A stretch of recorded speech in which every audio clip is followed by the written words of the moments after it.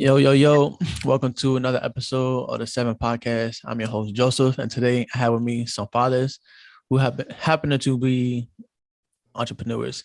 Fathers need love too. So I'm here to shine light on that, on what's it's like to be a father in the entrepreneur world. So without further ado, I'm gonna let these fathers introduce themselves and then we'll get into it. All right, I'll go first. My name is Frank Cruz. I'm a carpenter slash house renovator slash house entrepreneur slash house flipper slash, it's just about my money.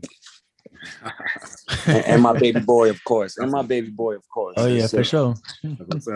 What's up, y'all? I'm Derek Whitfield Sr. I'm a graphic designer, illustrator, and there's not too many slashes with me, but definitely a dad. Definitely about my revenue too.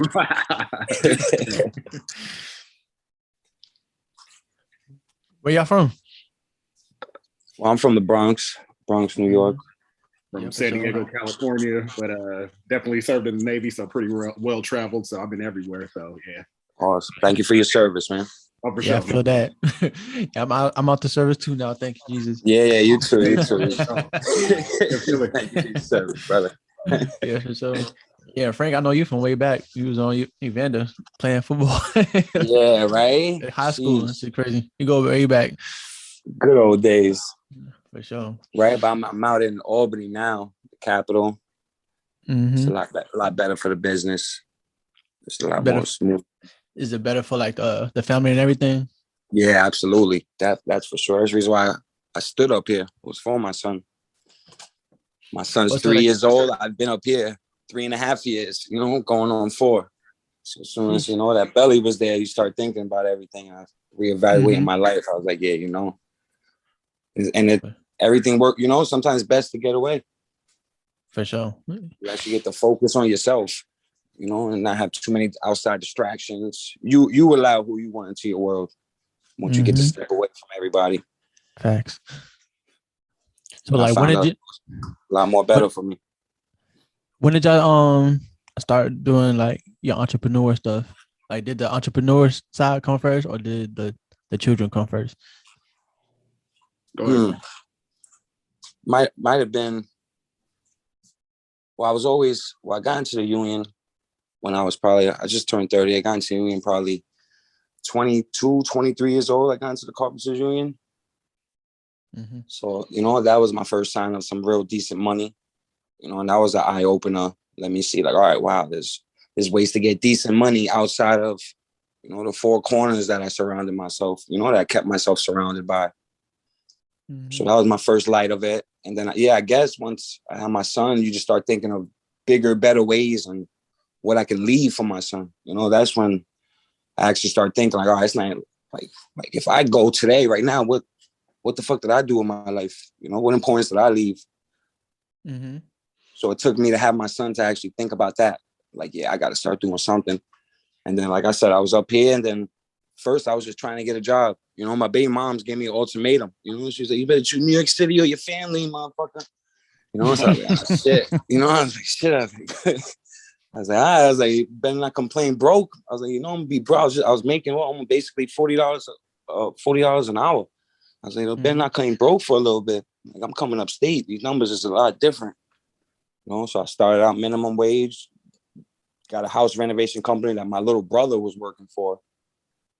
And then I just started working for them, soaking everything in, trying to learn everything possible, just the work-wise and the business. Then I start hearing the numbers they're talking about. And then, just everything just starts opening up more.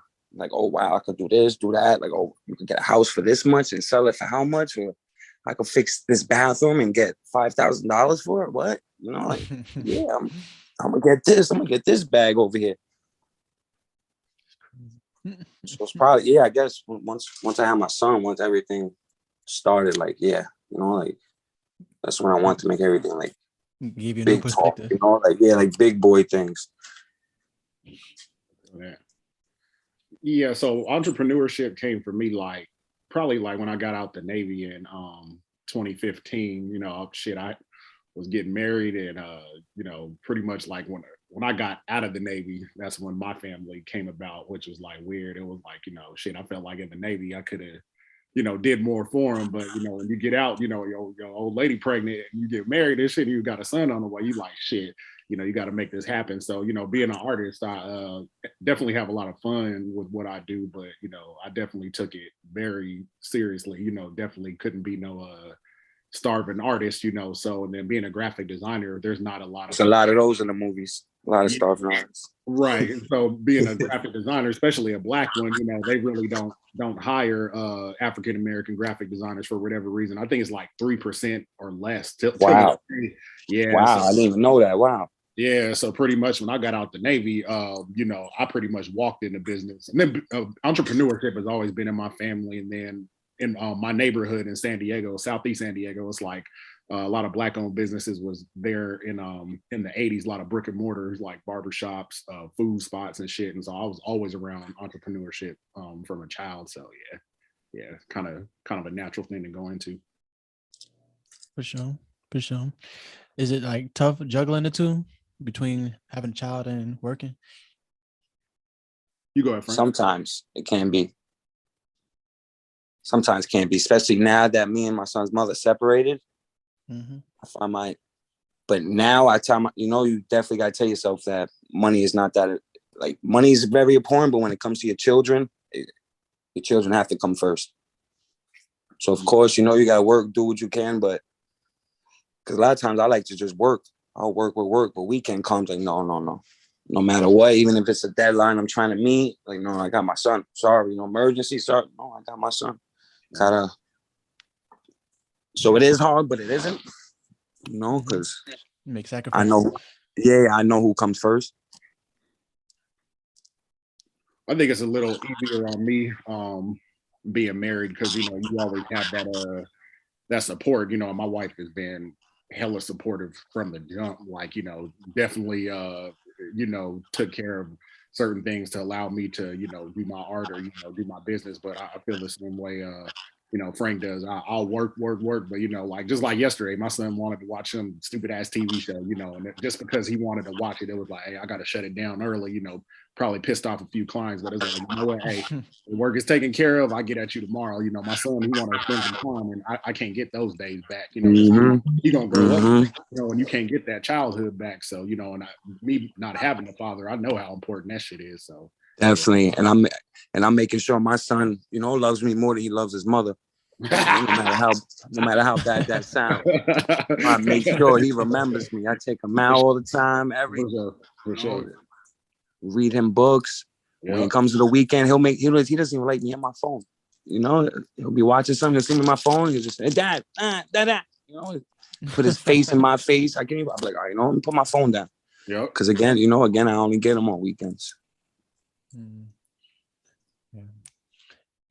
So like, is it like, do you feel like a pressure when it comes to like the business, like money wise? I know you said it's not all about the money, but like, I know some business, like they have like dry seasons where like there's like a drought of money. So like, you ever come to a point where you're feeling the pressure, like it's hard to like support, or like in the beginning, I would have a struggle during the winter season. But after a couple years, you learn to schedule things, so I have a lot of inside work during the winter time. It's just learning the business and just finding ways to make things easier on yourself. Mm-hmm. Yeah, I feel like, there's a pressure, but I think when when you're a parent and you're an active parent, like there's a pressure, but then also like, you'll definitely do what you got to do to make sure, your people are taken care of, and so, like Frank said, I have dry seasons too. Like I know usually mine is around the New Year or, like the holiday season. Nobody's looking for logos or none of that shit, around the holiday season. So it's like, you over the years learn to put your money away during the year. So when the holiday season come around, you got that, you got that nest egg. So kind of learn some other things. And then also I've always kept like, just little side gigs just in case, business slows up, because my thing at the end of the day, your kids can't eat when a grocery bill or the rent bill is due, your kids. Yeah, exactly. You need that. Exactly. You got to make it happen no matter what, so. Yeah. So what They tell do me can't get y'all full off of love. That's for sure. so where do y'all turn to when like you have like the low seasons of stuff like that? Do you like do something else, or like you just like thug it out? And, or you could just look for different ways to invest some money. You know, start doing some stocks here and there. Like now, like sometimes when I have some off time, I'll start doing some, some research on NFTs. Right. Just trying to find different ways to make money. I was even thinking about what they got, the Amazon sellers. Just keep thinking of different ways, just make income. Speaking of NFTs, speaking of NFTs, Derek right here, he does NFTs. So like y'all two could connect for sure. Oh yeah, I would love to get into that. I'm trying to learn it. Was that the non-fungible tokens? I'm trying to learn some stuff about them. But I don't like throwing myself into something that I'm not too confident in. Right. Yeah, I've been kind of training myself on NFTs and stuff. I'm gonna release release it slowly, just like, because I want this to last. But in the next couple of days here, just release my first art piece or whatever. It's like a Nipsey piece I did, but yeah, man, just getting a lot of eyes on the work. But I mean, when it is slow, like I know back in the day, I drove like Uber on the side and shit. Like I don't give a fuck. I'll dig ditches. I don't care, what it is. I've always been a worker type of person. Like whether it's get your hands dirty or sitting at an art table, it don't matter to me. But lately, I've been definitely looking into for sure like NFTs, online stores. Having a product as a graphic designer because I've always done like T-shirts or whatever. I know NFTs is big right now, so doing different. Yeah, getting ready to do that. So yeah. Well, how about what's that? The metaverse real estate? Oh yeah, that I hear. I don't know nothing about that, but I hear it's crazy though, man. Right? What's going on, man? I'm trying to get into all that. I feel like there's like a window that's open right now. And most of us, we just really need to take advantage of it. Honestly, that's why I try to spread as much information I can about everything. Just food, money, spirituality, just any way I can. I try to feed people some type of information. Does that mindset come from being a father, or you think that just came naturally? What's that? Just trying to spread, like information out. Yeah. I don't know. Because I found myself at a very different place than I was a few years ago, and it could have been because I had my son. A lot of things also happened during my breakup, because that was one of my lowest times in my life. And I feel like I turned that into one of the greatest times in my life. I turned all that darkness into just great, just all light. I turned all that darkness into straight light. So it was like a mixture of just a lot, a lot. I've just been having a lot of trials and tribulations in the last few years. And every step back I take 2 steps forward. There's always a step back, but you just keep going. For sure. I don't know. Might have happened because of my son, or maybe, maybe not. Just hey, as long as it happened, you're a better person now. Yeah, exactly. I fucked around, started meditating. If I tell myself 5 years ago I'm meditating, I laugh at myself. Right. Seriously. No, I can relate because I know before I joined the Navy, man, I was a little fucking wild child, man, like back in the day. And so I know I seen a brother meditating. I was living in Chicago at the time with my parents, and I seen a brother meditating outside. And I remember making fun of the cat, like, "Oh yeah, this was harnessing the machine or something," like clowning this dude to his face. You know what I mean? And like, laugh at those guys. Now that you're in the trenches of business and all that stuff, and I think that shit does have some pressure. So definitely a bottle or whatever, they ain't gonna do it for you. So you got to find other ways to center your mind. So I definitely meditate now, and it's kind of funny because I was making fun of Buddy, like what was it, like 10 years ago or something. Here I am doing the shit too. Yeah, the bottle damn sure won't do that. I put that down completely. I haven't drank in a while now. It's been I would say a year, but within the year I probably had maybe 3-4 shots. Right. Definitely not high up on the list no more. Yeah, exactly.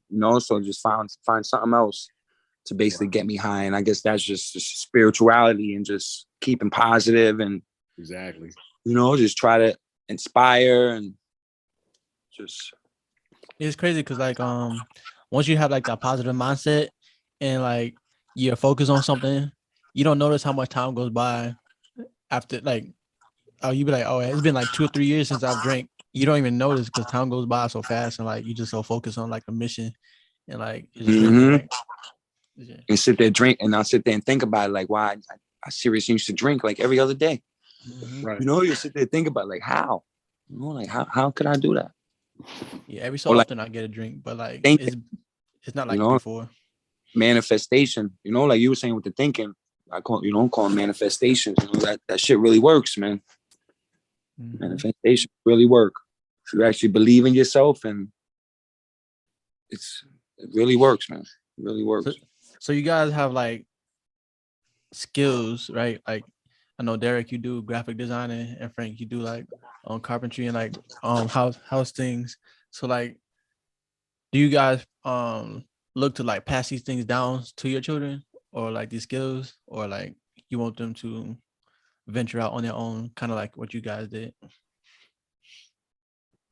Go ahead, bro. Go ahead. You go there. Okay. Yeah, for me, like me being an artist, right? Like I've always been that.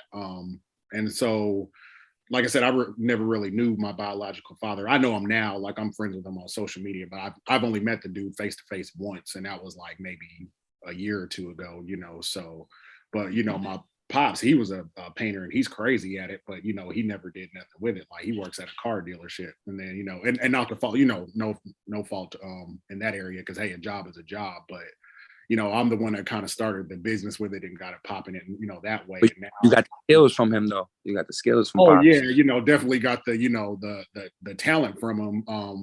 And then now it's kind of crazy where even when my son is 6 now, but even when he was like 2 or 3, I got videos of him, impersonating me, like he's on my Mac computer, has my phone to his ear, sitting in my chair like he talking business, and it's just nuts. And then now, he watches like he'll grab his pencils and watch YouTube videos, teach himself how to draw, and that just makes me more of a animal, more serious about my craft, because I'm like, oh shit, my son is doing this and he's watching, and he's really watching, and you hear it all the time, your kids are watching, but just to like know how much kids really watch what you're doing, it's like, oh, I could like actually pass this down to him. Now I don't put no pressure on my son or daughter, because they're both artists. I don't put no pressure on them as far as trying to come into what I do. But even my daughter, she's mentioned, oh, well, nothing pans out, I could always go work for my dad. So it's like, well, shit, I got 2 kids who's looking to, get something passed down. So I can't play with this. This ain't no joke,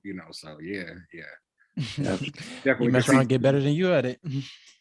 Right. Oh yeah. And that's the goal. That's hell. My mom always said that, be better than me, So that's definitely something my kids be better than I was, don't get it together, in your 30s, get it together in your 20s. Because in my 20s, I was getting put in squad cars and doing goofy shit, before I went into the Navy, and I had to go into the Navy to, get my fucking head on straight, So I want them to bypass that. I don't want them to have to work for nobody or want for nothing. Shit, right now, my kids, I think, between me and my wife, they got more money than I do. Shit, honestly. So, they definitely can, do what they want, and be free, when they get older. So yeah. No, yeah, I think I definitely, of course, you want your kids to be like you. And I want my son to be better than me. Like Derek said, I'm not going to pressure anything on him. If he wants to be a football player, astronaut, doctor, whatever he loves, I'm going to stand behind him. But of course, like Derek said, I'm going to teach him how, not to work for nobody.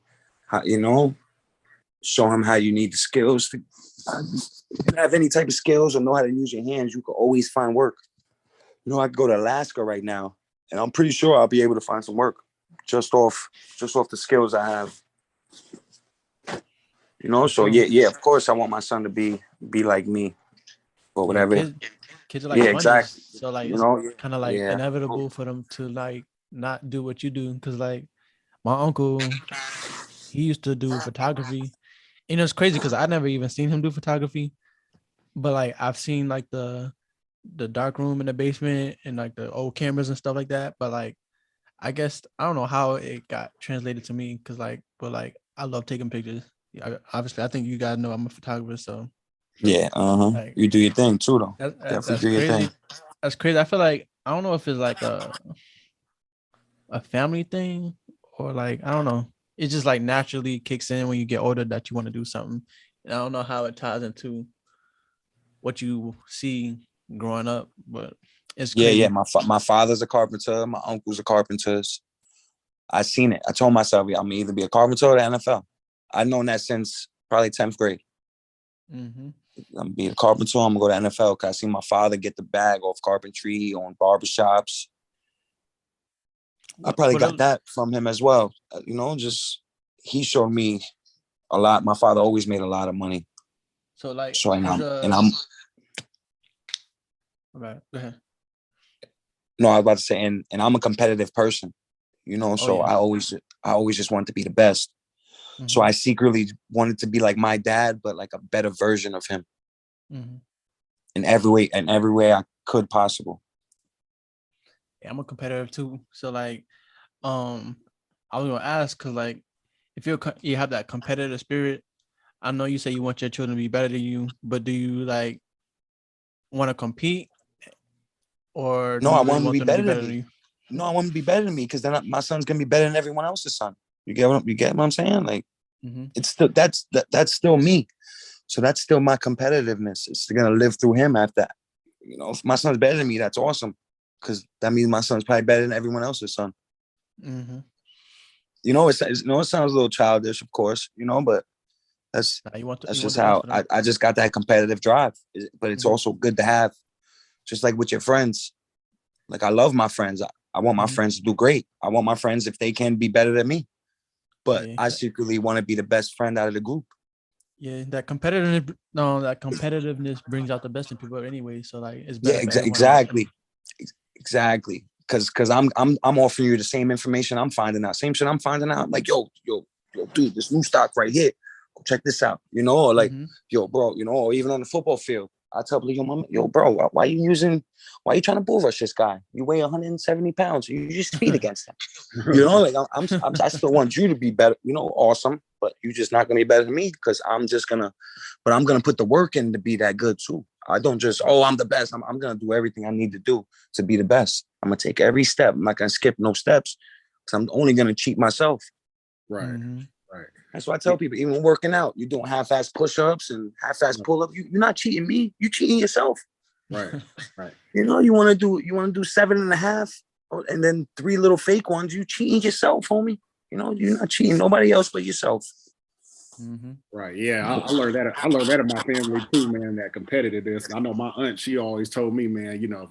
Why would you even do something if you're not going to try to be the best at it? And so that's something that I instill in my kids. My daughter, she plays sports and plays soccer. And so it's like, you go out there and you be the best. And to me, it's like there is no other option, because then you're just, all you're doing, if you're not trying to be the best. Now, you ain't got to be perfect, and not every day is going to be perfect, but at the end of the day, if you're not competing, then you're wasting time. I think the world is too kumbaya-ish. There's content. A lot of people content with their lives. Yeah, there's a lot of everybody gets a trophy type. Nah, like no third place trophies. Nah, none of those. No fourth place. Yeah, none of that. Yeah, so we're going for the gold up in the Whitfield house. I don't play with that kind of stuff, And I tell my, definitely be humble, definitely move with respect. You don't have to be cocky, but be great, fucking amazing at what you do. There, I expect. I seen a professional football player. I forgot his name. He was saying something. He said him and his father was driving him to the game, and his father asked him, like, how do you feel about this game? He goes, I don't know, Dad. Those guys are really big. I don't know if we're gonna win. He said his father made a U-turn and went back home. And he said, yo, what the fuck? His father said, he said, I never want you to do something doubting yourself. Right. No, he said, I never want you to doubt yourself. He said, I want you to know and believe yourself that you are the best. Exactly. You have to believe in yourself. Exactly.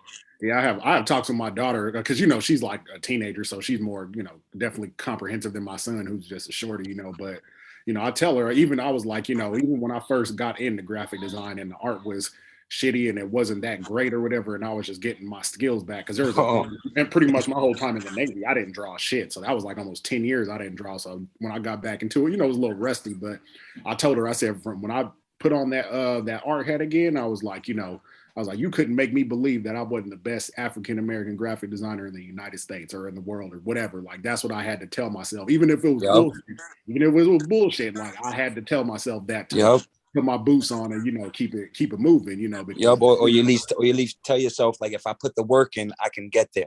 Exactly. Like, if I put the work in, I can be the best. Right. I may not be the best right now, but I got the skills and I can be the best. Exactly. You just got to somehow believe in yourself. Right.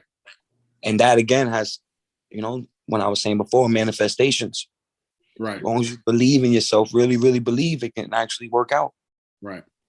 You gotta be listening to motivational speakers. I know E.T. the hip hop preacher is one of my favorite ones. Yeah, E.T. Which one?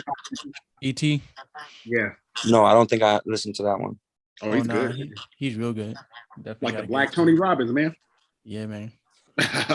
Yeah. I forgot their names, but definitely a few of them I've listened to.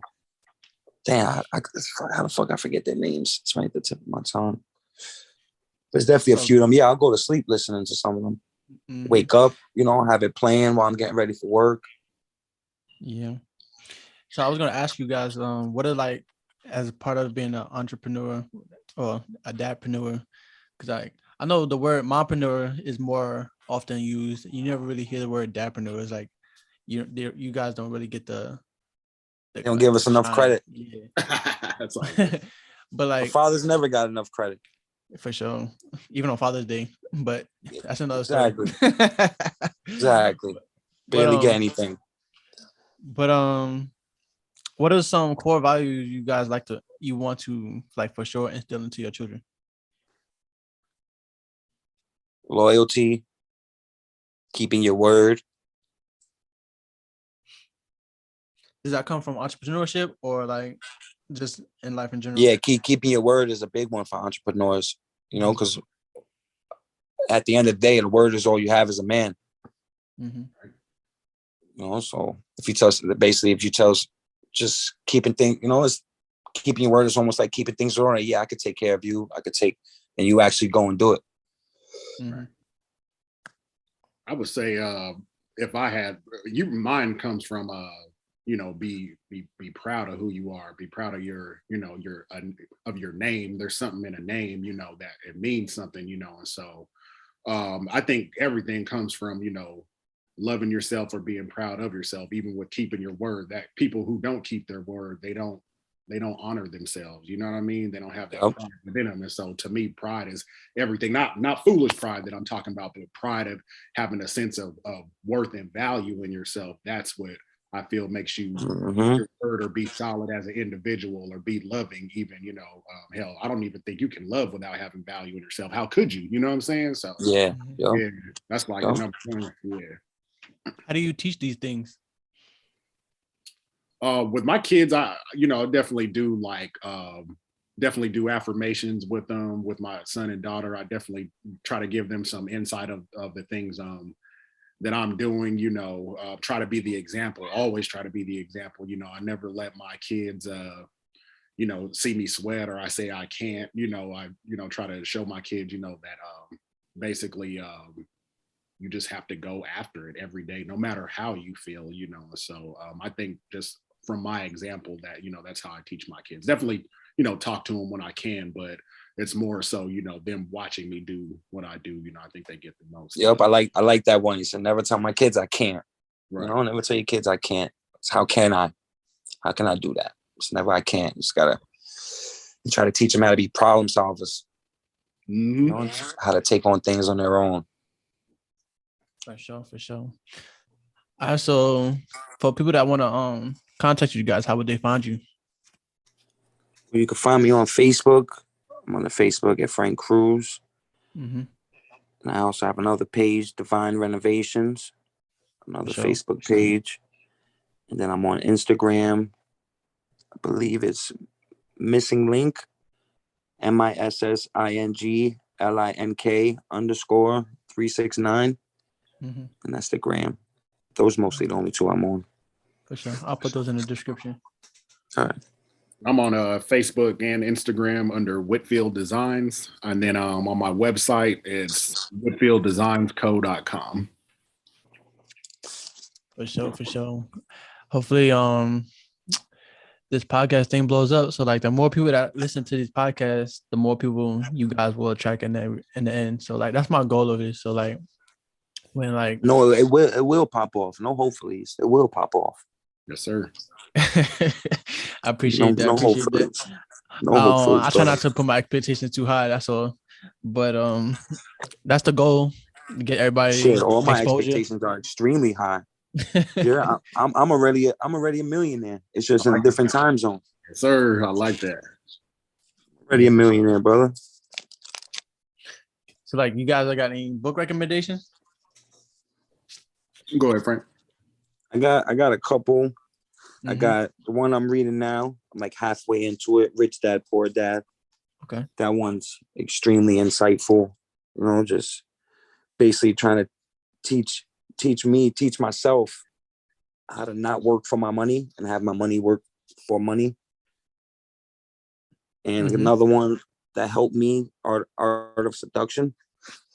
Okay. You know, they say it, you know, it's like conniving in a way, you know, but you can use it for good as well. You know, just, yeah, so those two, you know, I'm not going to sit there and explain the book. But yeah, I got those two for now. Is that one by Robert Greene?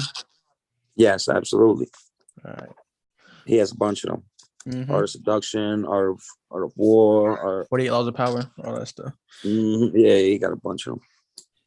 Yeah, so mine will definitely be 48 Laws of Power. I swear by that book, just because, you know, it teaches you how to, move around people or, you know, deal with certain situations with intelligence. And then I know I'm a little old school, so I would definitely say I'm a big fan of the book of Proverbs out of like the Bible. And the reason why that is because it teaches you, like, I think it's not, even though we live in a different time, like I think the Proverbs, like actual book out of the Bible, how it teaches with money, attitudes, marriage, children, like I think those principles aren't, you know, you can't do without them. Just those certain principles that have foundations. So, you know, so I like that a lot. For sure. Definitely. I just want to thank you guys for being here, because I know I always say time is money. So like you guys being here, I'm probably taking away from your business. I don't know what you got going on, but you being here means a lot. So like, I just want to thank you for being here again. So no problem, man. No, of course. Thanks for having me. For sure. It was a pleasure. Thank you. I'll catch y'all with y'all businesses. All right, man. All right, fellas. You have a good night. You too, man. Peace. And that's a wrap on another episode. Hope you learned a thing or two. Drop a like, comment. Let me know what you think. And don't forget to follow me on Instagram at SpeakOnIt7. And also, if you're a father thinking about starting a business and becoming an entrepreneur, I hope this gave you some confidence to start a business. So until next time, peace.